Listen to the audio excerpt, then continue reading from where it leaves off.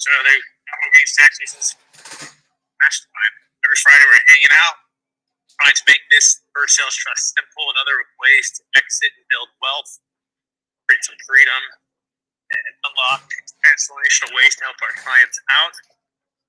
And yeah, because most of the time, most people don't plan, they don't have a plan, and they go to exit and then they're getting crushed by tax. And it's somewhere between 25 and 50% of their gain. It can be devastating for families with the wealth and really for the opportunity to make an impact with the wealth. So we're here to share ideas, strategies, try to make this as simple as you can for everybody who is watching us, finding us on YouTube channel, finding us on our podcast. And my name is Brett Swartz. For those that don't know me, I'm founder of Capital Gains Tax Solutions. And it's always great to spend time with everyone. Today, I am joined by strategic alliances that we work with that also have a passion for the deferred sales trust and a passion for helping their clients at a whole nother level beyond just the traditional 1031 exchanges to help their clients unlock freedom, flexibility, time, and diversification, right? Which is so important right now. Marketplace is concerning with everything that's going on in the world. And more than ever, diversification, being out of debt, not overpaying for assets that don't make sense, like real estate deals that are overpriced. Maybe if it's the stock market, there's certain things that are concerning. To be able to invest at timing that makes sense for you based upon the intrinsic value of investments. And so that's what the DST unlocks. We believe it's the single best way to exit highly appreciated assets, defer tax, and build wealth with the flexibility to be an entrepreneur or to be passive. And that's why we love it so much. And that's why we're here to talk about it. We're going to share some deal stories. We're going to share some frequently asked questions and things to help you overcome the false beliefs if it's too good to be true. My CPA would have known about it. How to know it's legal. Things like it's too expensive. How do I make the DST an investment, not an expense? The other one is, control. I can give up all this control. I'm not going to have any control. And so we're going to help you through all of those things each and every week. Sometimes we cover all of them. Sometimes we cover one or two. Sometimes we talk about things that come up. That being said, I'm going to bring in some of the other gentlemen that I work really closely with, financial advisors, wealth planners, thinkers. One of the best, I think, in the country is Jake Miller, certified financial planner, entrepreneur, so much. Jake Miller, how are you doing today, sir? I am doing very, very well. Calling in from Monterrey, Mexico, having a great time helping some business owners who are thinking about using the deferred sales trust. Now, that might sound strange because, again, I'm out of the country. But the people who own the facility down here, they're American. They have U.S. taxes. And if they sell their stuff, they might incur capital gains. So we're here discussing the good talk and having a great time helping people know and understand how they might defer taxes today, invest the gross proceeds after the sale minus attorney fees rather than minus taxes. So they have much more of their pie to spread the wealth and grow their assets. Fantastic. And if anyone has questions along the way or topic they'd like to have addressed today, you can put that in the chat, and Michael will start to organize those notes and start to bring those up throughout the time that we have together. We're also joined by Jake Carpenter, and Jake is out of the state of Washington. He's a wealth advisor, also has an knack for real estate, and Jake has a passion for making the DST simple. In fact, we did a deal with a client of his, $10 million mobile home park sale. You can watch that entire story testimonial for the client on the YouTube channel. It's a pretty awesome video, one of my favorites, because Jake shares, and so does the client, on what it meant for him to use the DST. But Jake Carpenter, how are we doing today? Wonderful. Great to be here. Excited to be a part of the mission of sharing how people can defer capital gains tax and use that capital gains tax bill as a tax-free loan from the government to create more income and growth to sustain and build and grow in their own legacy. Fantastic. Micah, you want to kick it off with maybe a question or a comment or a thought to get the two Jakes and myself to opine on what someone might be thinking or asking at this point after that little introduction? Absolutely. So, on the Deferred Sales Trust,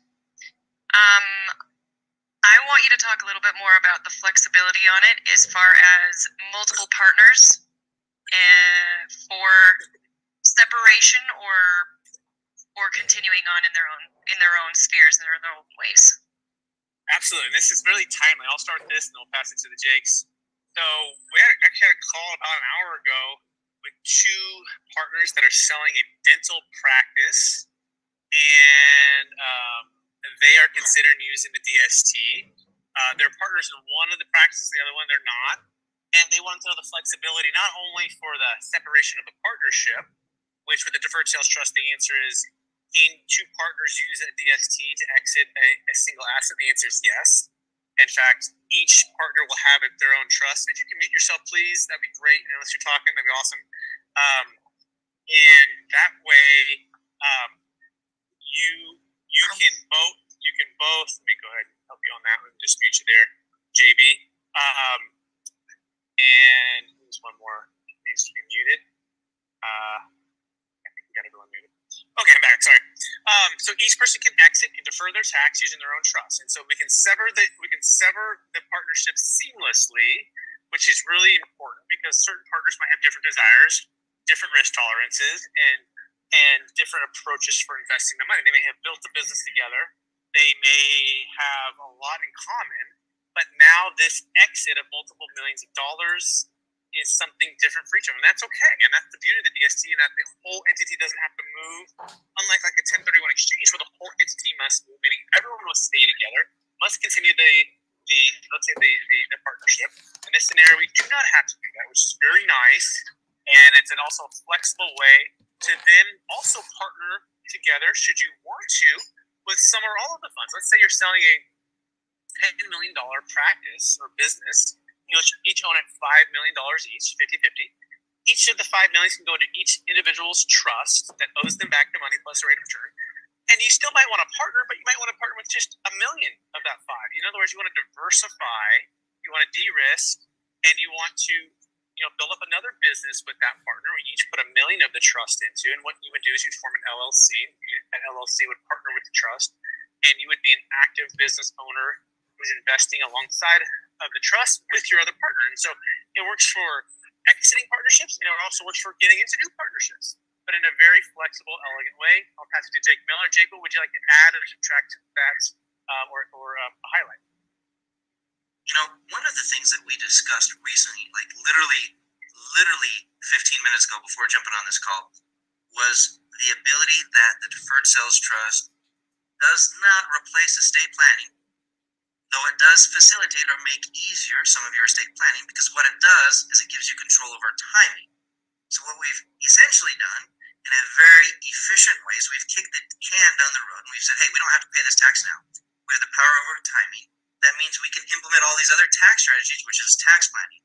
And we can facilitate some of your exact same strategies that you have in place for estate planning with the assets that stay in your estate, which typically are the promissory notes. I don't know if you want to opine on that, Brett.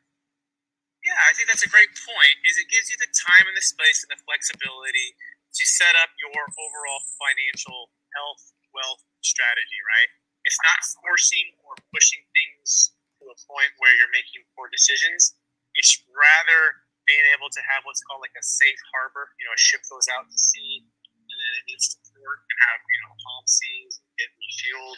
The DST is exactly that. If you are exiting a highly appreciated business or real estate or cryptocurrency or any other asset, this is a huge event. It might be the biggest wealth event. It could have implications for multiple years, generational wealth.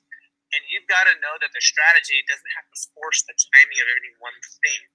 And so it's key that it can weave in with your estate plan. It can also solve some estate planning challenges, such as the estate tax, which is known as the death tax. And I'll pass it to Jake Carpenter to talk about this, about how this could be monumental for somebody who's selling a $100 million business, $1 billion business, and is faced with a huge estate tax. Jake Carpenter, take it away. Yeah, in fact, that takes us to a case that we're currently working on, Brett and I. Young couple, $40 to $60 million business sale. They have a significantly sized real estate portfolio. They've got some other assets as well. And they came to us initially wanting to address the capital gains tax issue, which of course is a very sizable one, and about 30% generally is what we're trying to defer there. But what what no one had discussed with them is the estate tax issue.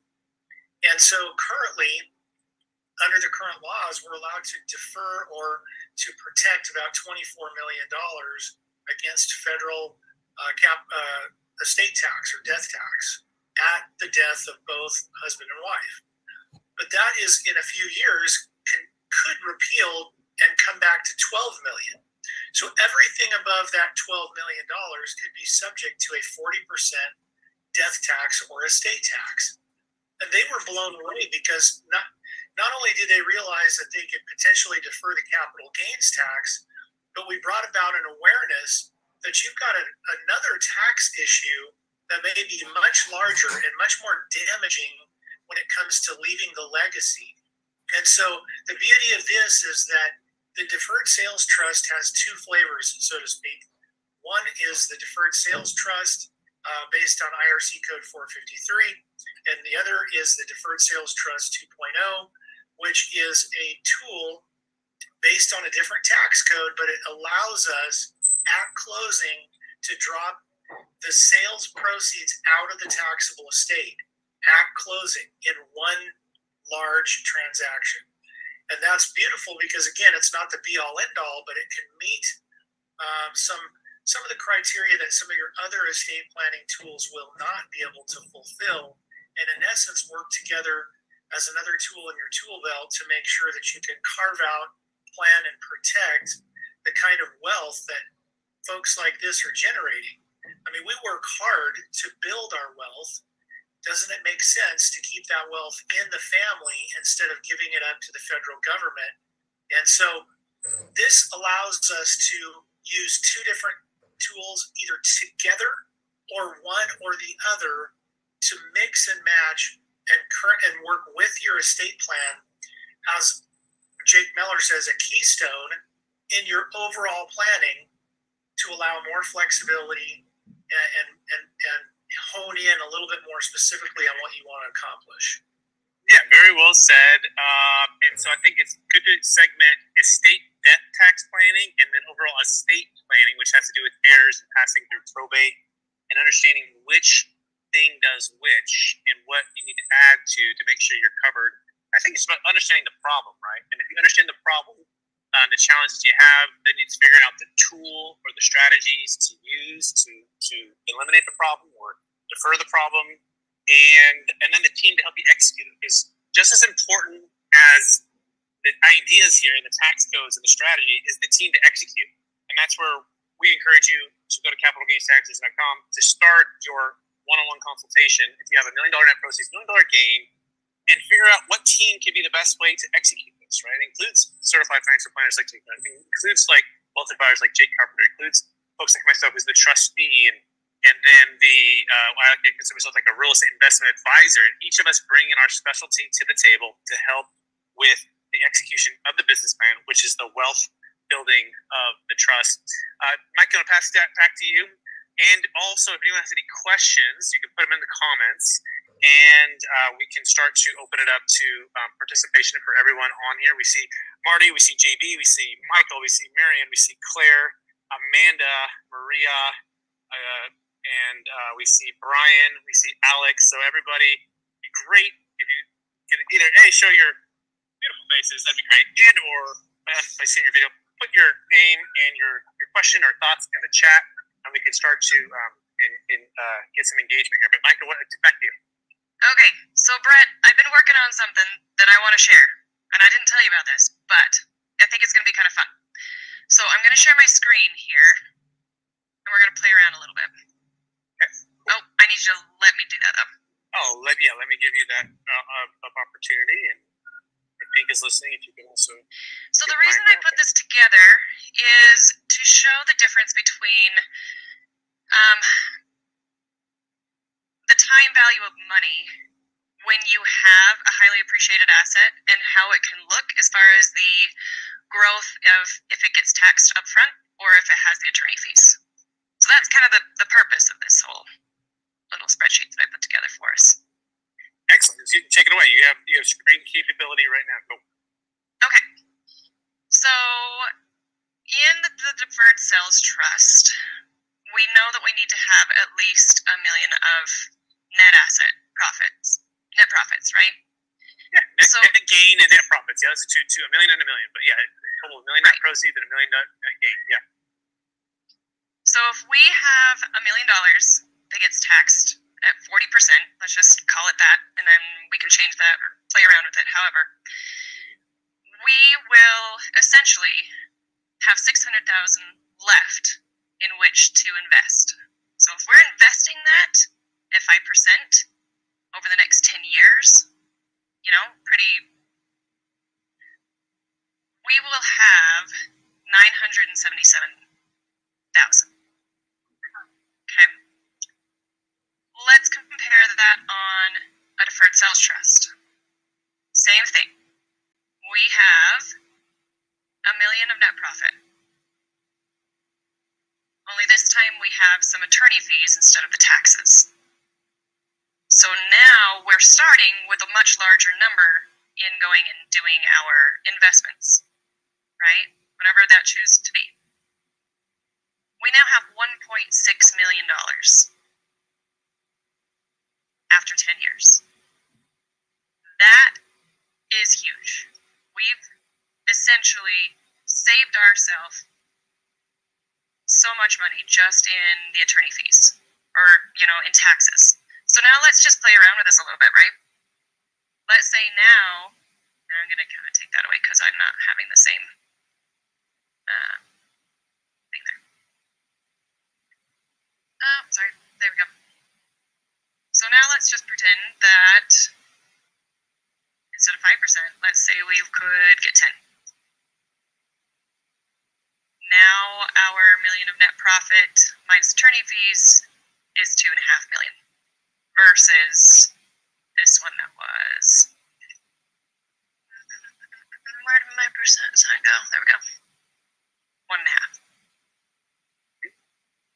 That to me is super powerful. It's really cool to see the time value of money when you're putting your money to work for you sooner rather than just donating it to the government right up front. Yeah, it sounds like it feels like an extra $1 million or an extra $700,000 go a long way for cash flow and a long way for making an impact and giving to the causes you believe in, or living and traveling and doing the things you want to do, versus just forfeiting that tax up front and not having. Is that a fair summary, Mike? Yeah, no, I mean, it's just super powerful. It's really neat. I mean, we can plug in other numbers. We could say, hey, it's not $1 million, it's a different number, whatever it is, but it's pretty cool. Absolutely. It's a powerful thing. And if people wonder about the fees and the cost, that's the one-time fee is about $15,000 per million on the legal fee for the gross sales price. And then it's about $15,000 to $20,000 for the recurring fee on a recurring basis per million. It goes a little bit lower as it goes higher. So the only thing I would adjust there is we need to net, net that 5 or 10%. So we do have to, if we're going to use those numbers in whole, because there's a little more fees. Although if you hire a financial advisor, or depending on what you're investing in, it can also be very similar. I mean, a financial advisor could be about 1% per million. In this scenario, it'd be about 1.5 to 2. So it is definitely more expensive with the trustee. But at the same time, hopefully you're also finding even better deals to invest in, because you have a network of people that are looking constantly for opportunities, and it's that team that brings that to excess returns. But those are the things that we like. This is why we like to see $1 million net versus $1 million gain. When you have those two things, no matter what state you're selling an asset in, no matter where you're at, we found that the compounding rate of return makes sense. Another way to think about it is we define winning as, okay, I put $5 million into the trust, I would have paid $2 million in tax. I live off 8% interest of $5 million. At the end of the 10 years, I still have $5 million. I've been basically having about 8% cash flow over those 10 years. and I still have the original $5 million. That's pretty sweet. It's an interest free loan from the government that the $2 million you would have paid a tax is at a zero interest payment to the government until you dip into principal to pay that tax. And that's most of the way we structure our deals is interest only or partial interest payments, letting the law, like Micah just beautifully laid out, of compounding interest, the eighth wonder of the world, to kick in and go to work for us, let the money work for us, rather than having the government take the money from the tax and, let's just say maybe not use it very efficiently. Jake Miller, anything else to add to that wonderful demonstration by Micah?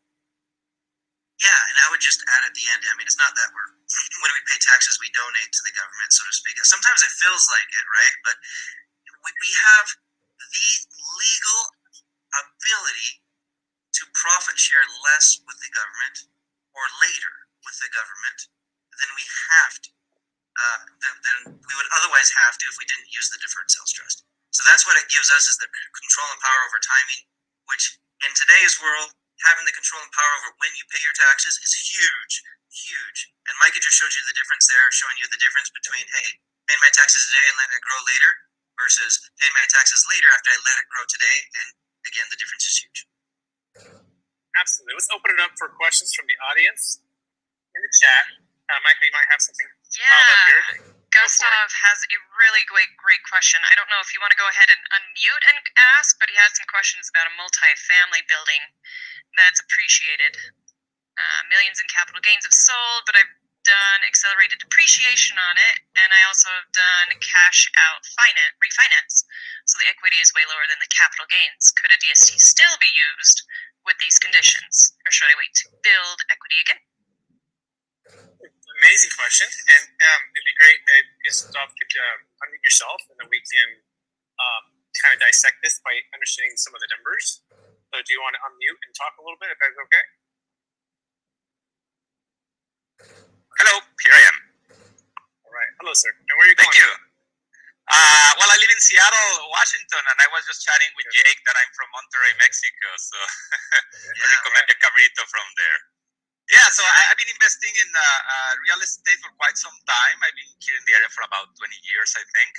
And I started buying in 2004. So I have some buildings that have appreciated quite a bit. And of course, I have put my equity to work, mostly with cash out refinances. And more recently also with accelerated depreciations as well. So the question is, if I wanted to sell this, can I use the DST, or should I wait for equity to build again? Well, it all depends. I'll start out, and then I'll pass it to Jake Miller. So it all depends on the actual numbers. So what's the asset worth? What is the debt? And what is the adjusted basis? Right. So, okay. So it's in a couple of millions. Okay, I can start mentioning some numbers maybe. If you're not comfortable, that's okay. We can do another call. But let's just imagine there's the debt, the adjusted basis, and it all depends. If your adjusted basis is less than your debt, then that's what's called a debt over basis, and we cannot defer that. If the accelerated depreciation, and most times on a DST 1.0, we're not able to defer taxes on accelerated depreciation, depending on how long ago you accelerated it and what nature that is, what year in which the depreciation schedule is in. Straight line depreciation, we can defer, okay? No problem, as long as it's not in excess of the adjusted basis. What we would do is we would sit down and we would find out, let's say more of a private call next week, we'd say, what's the purchase price, what's the adjusted basis, what's the debt, what's the depreciation schedule, and we do a mathematical equation. As far as selling and timing, that's up to you, right? I mean, that's the marketplace, although I'm a multifamily broker and I work with some of the best in the country to underwrite and look at deals and such. So we can also help you with that, but it's not so easy until we have the exact numbers. But that's the general feedback for you so far. Jake Miller, you want to add anything else to that? Just that sometimes the situation is very easy and sometimes the situation is complicated. And that's why we have a team of people, all of us, that help individuals such as yourself, Gustavo, and others know how the deferred sales trust works based on your scenario or how it doesn't, as well as in the future, post-transaction, what you invested in, how you invested in other things, and the deferred sales trust, or should the deferred sales trust partner with you on other investment activities in the future after we've deferred the taxes on the current transaction? So a lot of different things that you can do with the deferred sales trust. It becomes one of your favorite financial tools moving forward because of its tax efficiency and its flexibility to nimbly move in and out of other investments with you and save you a lot of money on taxes. And to make it super simple, Gustav, to make it super simple, you want to pay down your debt to your adjusted basis. So find out what your adjusted basis is and pay down your debt. And it sounds like you did the cash out refi, which is great because it's tax free money on the refi. But where you get taxed on this at ordinary income tax rates, by the way, any debt above the adjusted basis is when you sell. But if you don't sell, you don't get taxed on it. So there's a couple options. Number one, pay down your debt to your adjusted basis. That's the first thing you can do. Number two, we could do a partial Delaware statutory trust and a partial deferred sales trust via a 1031 exchange. Okay? Jake Miller and Jake Harper and I, we execute these all the time, right? Where we replace the debt over the adjusted basis using what's called a zero coupon Delaware statutory trust. These are typically Amazon warehouses that have very high LTVs. Because what you have is a replacement debt challenge. So you need to replace that debt without having to put in your name. And you go, well, I don't want to do a 1031, Brett, because interest rates are high, deals are hard to find, deals don't make sense, and I don't want to take on a bunch of more debt. I'm happy with the property I have. And then I would say, okay, good. Well, let's also assess your debt situation and find out if it's going to be adjusting and what your cash flow is like, because people are running out of these rate caps and they're adjusting and going higher. And so we would assess your entire wealth situation with that multi-family property, and we would provide specific solutions to solve the problems. And one of them might be, in fact, you can go to my YouTube channel and you can look up the Ron Anderson, go to Capital Gains Tax Solutions YouTube channel, look up Ron Anderson, and go to the client testimonials and look at the Ron Anderson case. And it's exactly what happened. He had a $4.5 million multifamily property in Denver. He had $1 million debt over basis issue. And so we sent all of the funds to the QI company, and then we replaced that debt over basis with about a $200,000 or so equity investment into the Delaware Statutory Trust, at which point we turned around and put the remainder into the deferred sales trust. And so after all the smoke cleared, he was left with a promissory note, no debt in his name, and he's completely tax deferred. And guess what? He sold at optimal time. He sold before the market really took a tank here. And that's the beauty of the deferred sales trust. But you've got to plan it out and you've got to see it. Is that making some sense, Gustavo, there? Yes, definitely. I didn't know we could also combine it with the other DST, so that's quite interesting. Yeah, so I've been running a lot of numbers, and the beauty of real estate is when you use leverage, and that's why I've been doing the cash outs and all these things. The moment you start building equity then your rate of return basically drops. So at that point, you are better off with an index fund or some other passive kind of investment because you don't get bothered by the tenants, you get better returns. But as long as you're using leverage, real estate is just an amazing wealth generator. And now I'm evaluating, okay, what do I do next? Do I keep growing? And the Washington state laws are not landlord friendly, so that's a big problem, right? Or do I, just let me go passive and enjoy life a little bit more instead of texting my property manager almost every day? Gustavo, I can tell you, we created this company and this movement for folks exactly like yourself. Because guess what? You might want to do both, but you may not want to do both at the same time. We've had clients that have kids that are still 10 before they're 18, and the parents want to spend a maximum amount of time before they're 18, and then they want to re-engage in the business. Well, guess what? Use the DST to do that. Exit, defer your tax, pay off your debt, and be passive for a while.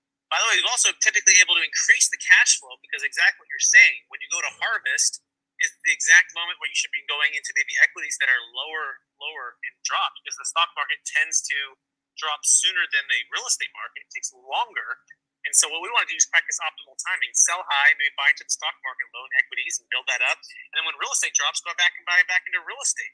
That's the beauty of the DST. It gives you both. It doesn't have to suffer the consequences of a blockbuster overpaying in a short period of time. And it doesn't have to suffer the consequences of taking on bad debt. I love everything you said, but you want to specify that debt. Is it bad debt or good debt? And good debt is obviously based upon hopefully a decent interest rate, the positive arbitrage of the cap rate, meaning the interest rate is less than the cap rate. Negative arbitrage would be a greater than interest rate, which is what we're seeing, and the cap rate's lower. And that's where you got to be able to have the ability to be out of debt tax deferred and then you can buy high and sell low. On top of that, we give you a new depreciation schedule. As you probably know, buying investment real estate and taking depreciation can offset the cash flow. Understanding how that all works with the DST, when we give you a new depreciation schedule, is a powerful way to make the DST an investment, not an expense. All of the onion can continue to peel back, but I'm glad you're engaging with us, you're talking with us, and you're getting to know, like, and trust us on these. So keep coming back. Any other thoughts or questions you have on that? Who can I contact then to go into more details with my numbers? Yeah, so capitalgainstaxsolution.com and strategictaxsolution.com, and Jake Carpenter, Jake Miller, and I all work together. And so, how did you find us, by the way? Was it online? I think online. Maybe, I started seeing some of your videos, and then I bought your book. All right. And I keep receiving your emails about Fridays, and whenever I see it, I think you used to have them like at 7 Pacific time. Yeah. I'm like, gosh, I just missed it. Yeah. I just missed it. Yeah. And today I was like, I will make it this time. So here I go. Well, I appreciate your perseverance. And I apologize for some of those timings. We moved from California to Florida. In fact, I'm in Miami right now, and we're hanging out here. And so our time zones got mixed up on our automation. So I appreciate you persevering, and I appreciate you getting the book. And so, I would just say go to capitalgainstaxsolutions.com and just schedule a time, and then I'd love to spend some time with you. And I'd likely invite Jake Miller into the conversation on this one, and then also to potentially Jake Carpenter as well. But this is great. I so appreciate the opportunity to work with you. Thank you. Thank you for your time and answering my questions. Excellent. Absolutely. All right. Anyone else have any other questions? We have Terry. We have Amanda. Oh, go ahead. Maybe you might want to expand a little bit more on Michael's question. I answered a little bit, but if you want to kind of expand on it, he was just asking about the promissory note, if it came out as capital gains or as ordinary income. Yep. Yeah, great question, Michael. So it all depends. Right? If it's principal, it's going to be capital gains tax, right? Although if it's principal and there's some basis in that's embedded into the sale of your asset, it's going to be partial. It's going to be tax free because it's part of its return on basis. So it's a ratio there. But let's just keep it simple. Let's say you had a $10 million asset at zero basis, and you were married, and you had a promissory note of 8%, $800,000, and in year one you only take $800,000. Take the interest payment, and we earned, let's say, about 10%, and we netted you about 8%. If you only took $800,000, you get a 1099 for that 800,000. It's 1099 INT, which is ordinary income tax. Now, let's imagine now you took $1.2 million in that first year, right? What happens? Well, the extra 4% would be dipping into principal, and so that would be considered capital gains tax or principal return, and so that'd be taxed as capital gains tax. It follows the nexus in which you sold. So if you sold in California, that principal and the cap gains tax will always be California and federal. If it's ordinary income, if it's interest payment, it would be based upon the state in which you reside. So let's say you moved out of California, like myself, you moved to Florida, and you establish a residency. In the year that you receive it would be taxed at that 1099, but the income would be taxed based upon the state in which you reside. So that's pretty cool. It's a neat way. We've had clients move out of New Jersey to Florida, New York to Florida, and of course California to Nevada and Texas and all these different things. So, Michael, does that answer the question, or do you want further clarification there?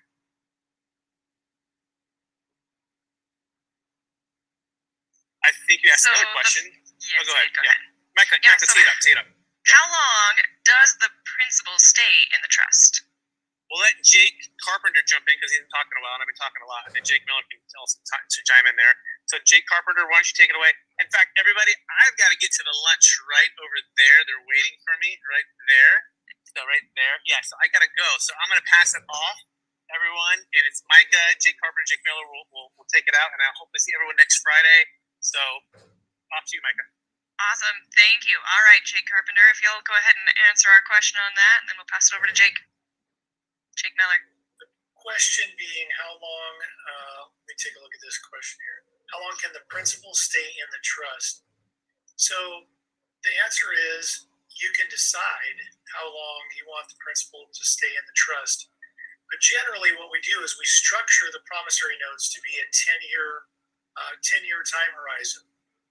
You can structure them for 5 years, 3 years, 8 years. Generally, 10 years is what we do.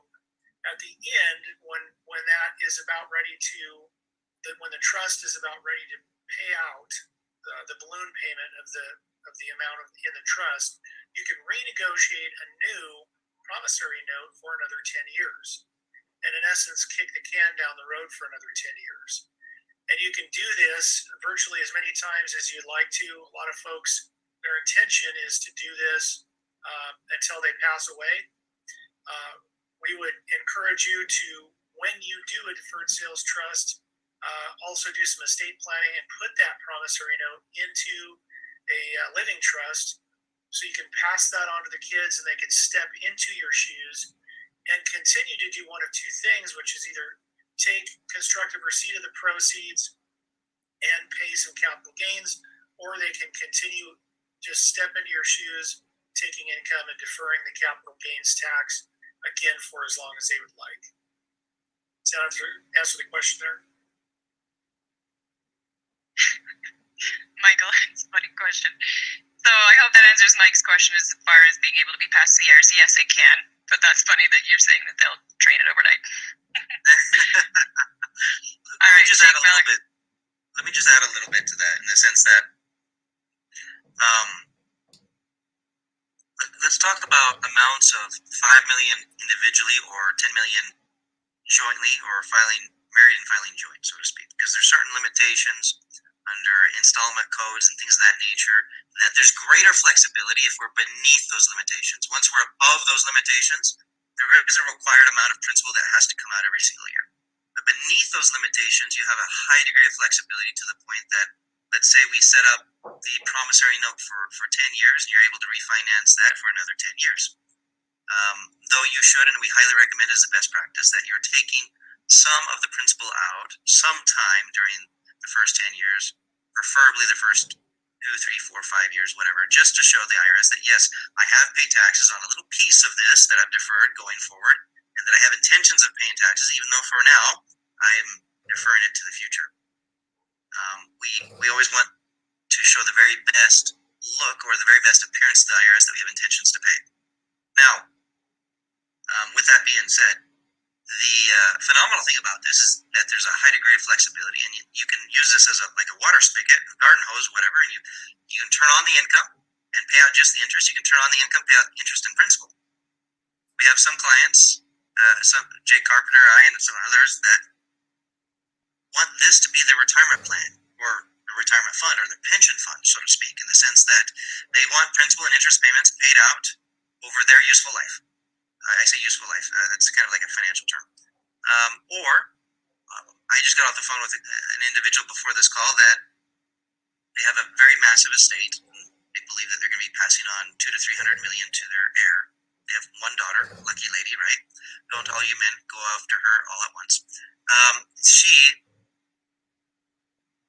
Their goals in regards to this is to essentially freeze what's in the estate now and be able to move things out of their estate. And so the DST 2.0 is a phenomenal piece for that, in the sense that we are today, as assets are being sold, moved into the trust and then sold, what remains in the estate is that promissory note. So these promissory notes are what pass on and possibly are subject to the death tax, whereas the assets that moved into the trust were sold, reinvested, sold, reinvested, sold, reinvested, sold, etc., are growing, and based on their desires and objectives, growing at a much more rapid rate than that interest rate associated to the promissory note that stayed in the family estate. I don't know if that makes sense. Essentially, we're moving the assets into the trust, and they can grow dramatically faster inside of the trust based on investments that the trust makes. And what stays in the estate that's taxable to the estate, that you need to do some more estate planning to figure out that 40% death tax thing over here, is limited. We've halted or frozen inside of their estate that piece that is only subject to the growth possibly of whatever is not paid out or incurred by that interest rate. And so that's a very helpful piece that this financial tool, the deferred sales trust, is able to facilitate. Again, purchasing you more time so that you have greater flexibility in making your financial decisions, and also facilitating estate planning in a much better way because you've got that extra time.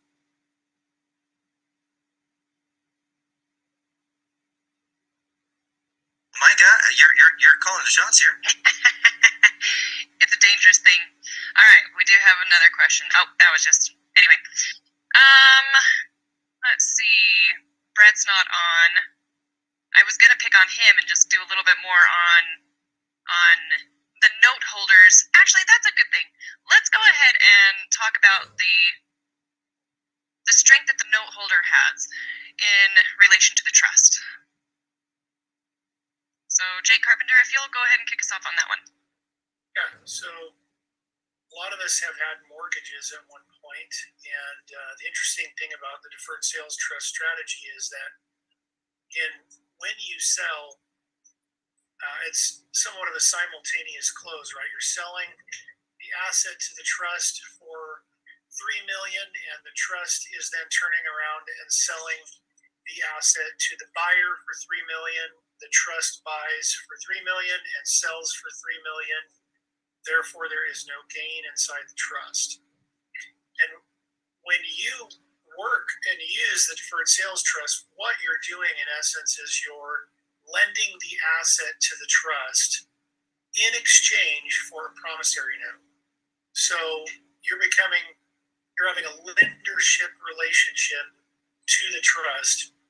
And just like those of us that have had mortgages and have had a lendership relationship with the bank, where the bank is actually, they have, if we don't fulfill our end of the bargain and pay the payments, if the trust doesn't pay the payments, we can be the bank and foreclose on the trust.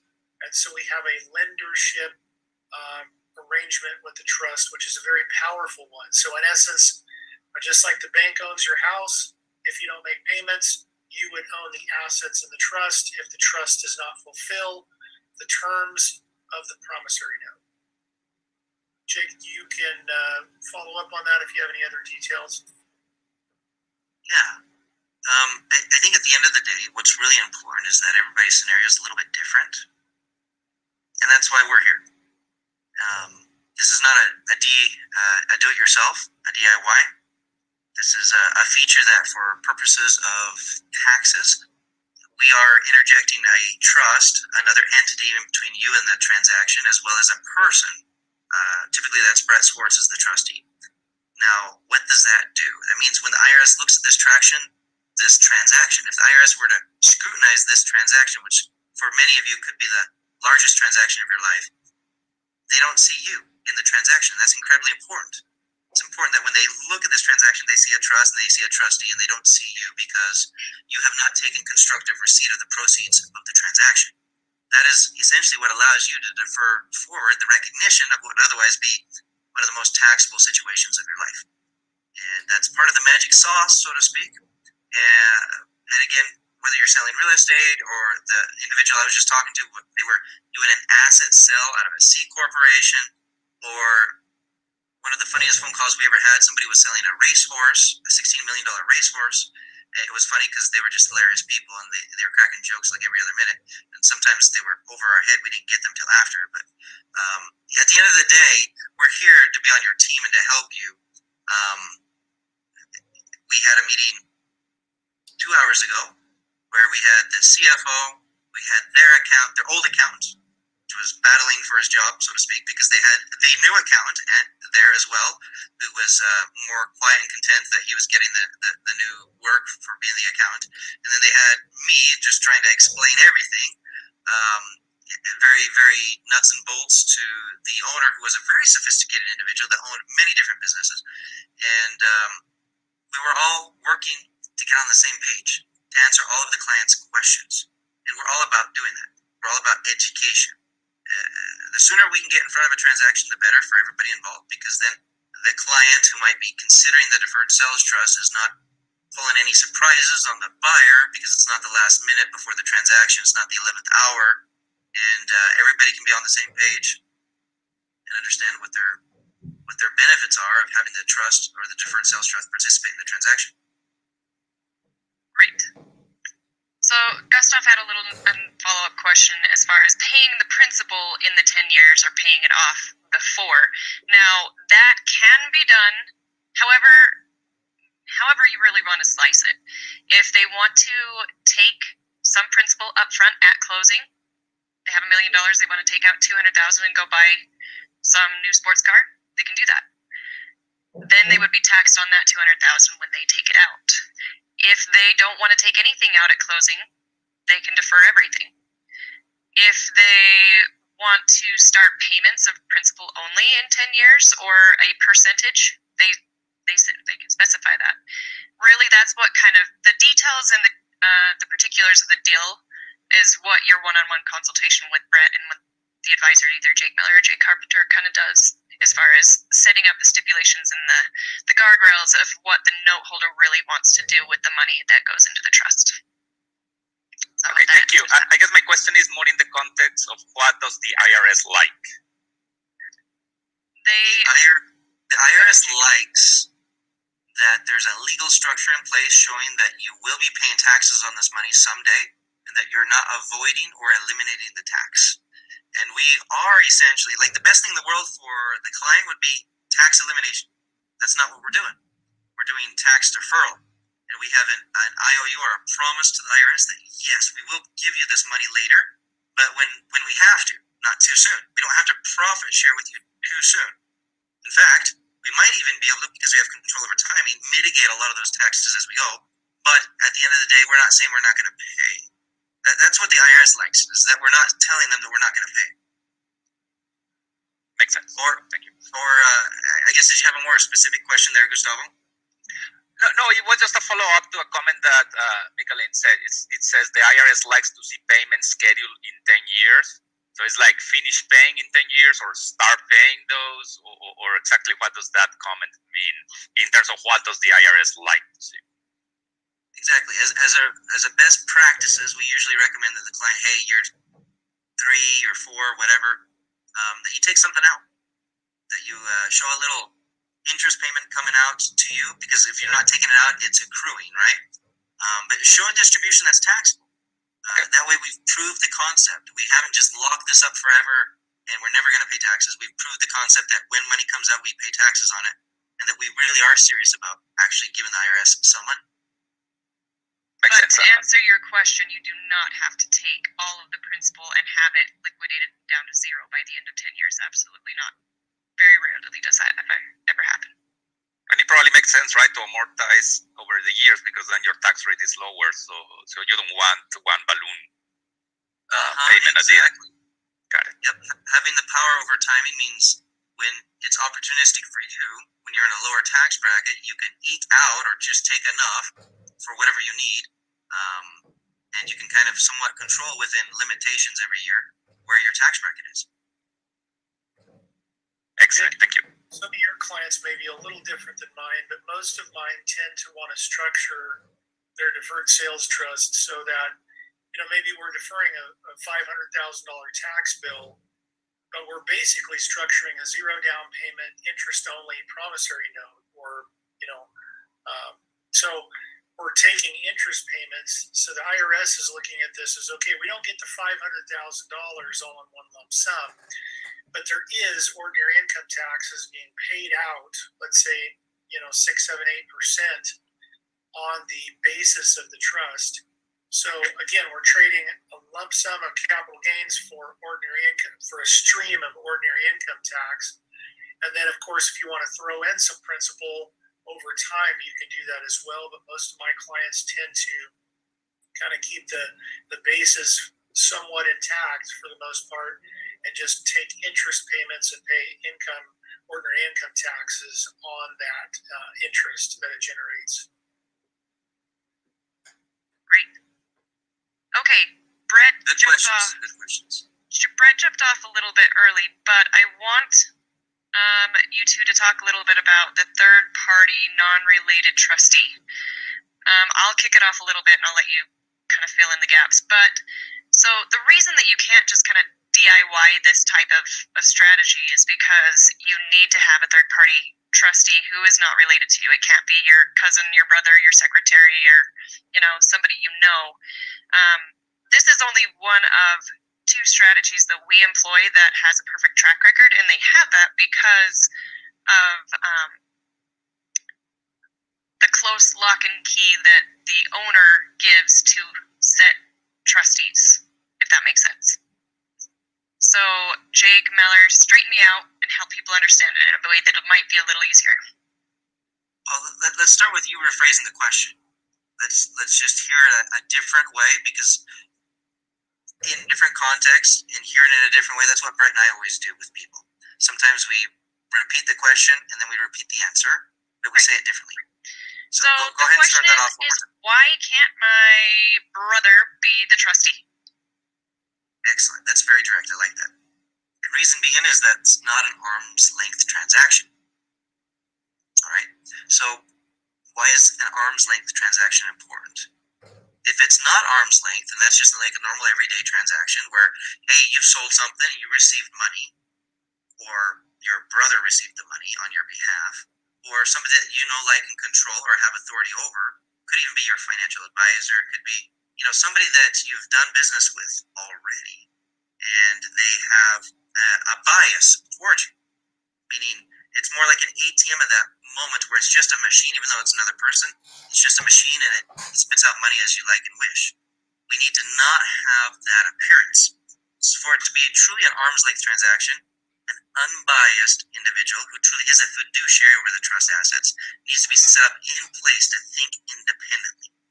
We need to have an independent person who is not under your influence or control, so that the IRS cannot disallow the deferral of this transaction, so that we don't have to recognize this transaction this year for tax purposes. It truly does need to be somebody outside of your circle of control. And that's why it can't be your brother, your uncle, your sister, your best man at your wedding, somebody that would otherwise just be like an ATM machine doing your bidding. And so that's why we need independent thought, we need independent control. And that's why we use a third-party professional trustee. And that's why these trustees by the law firm that provides lifetime audit protection on the strategy are heavily vetted individuals of high moral and ethical character, and individuals who truly can take on a fiduciary responsibility. So, Jake Carpenter, I'm going to have you answer this part. So, how and what controls are in place for the trustee and the note holder to work together and understand what's going on in the trust? Yeah, that's a powerful relationship, not just the note holder and the trustee, but there's a very close relationship with the advisor as well, which would be Jake Miller or myself. We work together as a team to come up with an investment strategy to provide income to the note holder. Brett's job is to make sure that, based on the risk tolerance profile that the note holder has filled out, that the investments as a fiduciary line up with the intent and the purpose of what the note holder would like to accomplish. And again, it's just another arm's length protection to make sure that there is no constructive receipt by the note holder, so he doesn't have direct control. He has an indirect control where the trustee has to approve investments. They cannot move without the signature of the note holder. So there is just a team that surrounds the note holder. Brett making sure that everything is done and following the rules to ensure that we are at an arm's length transaction. That there is no direct control from the note holder over the trust assets. And then, of course, they work with Jake Miller or myself, or both of us, to ensure that the investment strategies produces the income and growth and fulfills the note payments that are due to the note holder. So, in what circumstances would it...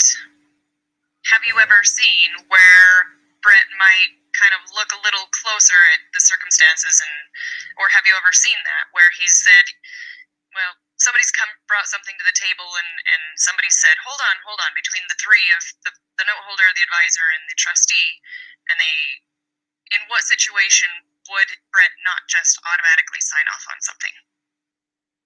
Yeah, so Brett's a friendly trustee.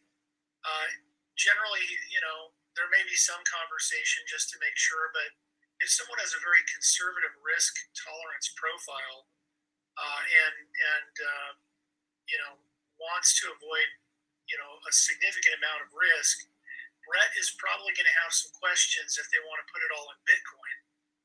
So that may not be something that Brett is going to be. He's going to go back to the note holder and go, "Are you sure? Because you might want to reevaluate." So for the most part, I've never seen Brett, and Jake Miller may have a different situation that's popped up over the years, but I've never had a situation where Brett did not approve the investments. I have had situations where he's asked questions just to make sure that everything is, in the fiduciary, in line with their fiduciary responsibilities of making sure we're fulfilling that risk tolerance profile. But he's a friendly trustee. He wants to be, to allow things to happen that the note holder wants to do with the investments inside the trust. And we generally have a very good working relationship with the note holder and Brett himself. That was perfect. That was exactly what I was looking for. I would just probably highlight that it's very powerful to be able to have a team that has been there, done that. It's not our first rodeo in doing a deferred sales trust and helping clients in figuring out how to make it work. We've had a lot of people come to us and they've heard about it, but they don't know how to do it. And this is a really powerful team that has been there, has done it. It's amazing, phenomenal machine.